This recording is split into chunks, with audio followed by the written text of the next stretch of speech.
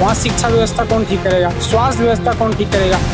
चिन्ह चिन्ह मतलब नहीं होता, कैंडिडेट मतलब करता है, क्योंकि उनकी विचारधारा कहीं ना कहीं बिहार को बदलने की है। क्योंकि प्रशांत किशोर जी बेरोजगारी मुद्दे को लेकर बार बार बिहार को फोकस दे रहे हैं। देखना क्या मोदी फैक्टर के सामने प्रशांत किशोर जी का फैक्टर चलेगा कि नहीं चलेगा। प्रशांत किशोर जी के लिए बहुत बड़ी चुनौती है मैदान में।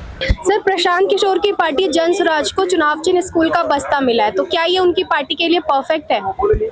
देखिए, क्या परफेक्ट है क्या परफेक्ट नहीं है ये बाद का विषय है। सबसे पहले ये है कि वहाँ पे विकास कौन करेगा, वहाँ पे रोजगार कौन लाएगा, वहाँ शिक्षा व्यवस्था कौन ठीक करेगा, स्वास्थ्य व्यवस्था कौन ठीक करेगा, वहाँ भेदभाव ऊंच नीच जात पात से ऊपर उठ के कौन वोट देगा, कौन अच्छे छवि के नेताओं को चुनेगा।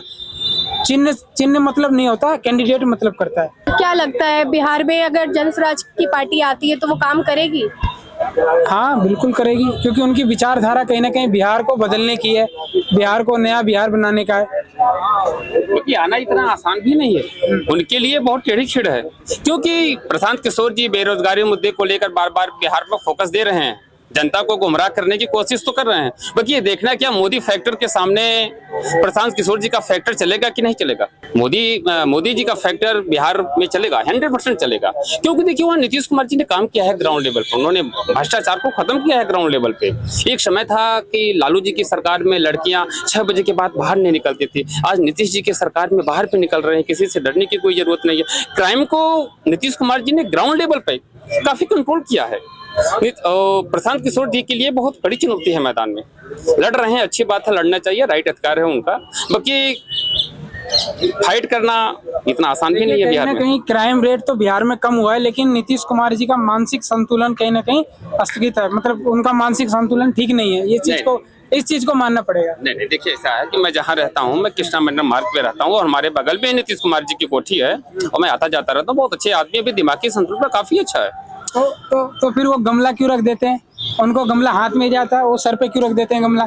आप बताइएगा, बिहार की जनता जो देख रही है, सुन रही है, वो गमला हाथ में रख देते हैं, राष्ट्रीय गान में खड़े हो जाते हैं, मतलब बैठ जाते हैं, मतलब मोदी जी का कभी हाथ देखने लगते हैं। मतलब उनका संतुलन तो लालू यादव का भी बिगड़ा हुआ है, जो बाबा साहब के फोटो को पैरों के पास फोटो खिंचवा रहे हैं। फिर पार्लियामेंट में जो कॉमेडी करते हैं, संतुलन तो उनका भी बिगड़ा हुआ है। बिल्कुल, आपने देखा होगा ना। बिल्कुल बिल्कुल, बाबा साहब भीमराव वो कॉमेडी का अपमान हुआ है। कहीं ना कहीं उनको फोटो पाँव में न रख के हाथ में या गोद में देना चाहिए। कहीं ना कहीं संविधान के आड़ में ही भ्रष्टाचार इस देश में हो रहा है। आज तक 1950 में बाबा साहब का संविधान लागू हुआ था, लेकिन उस संविधान के आड़ में आज तक भ्रष्टाचार हो रहा है और कल भी होगा। और जब तक ये भ्रष्टाचार खत्म तब तक नहीं होगा जब तक हम किसी सही नेता को नहीं चुनेंगे।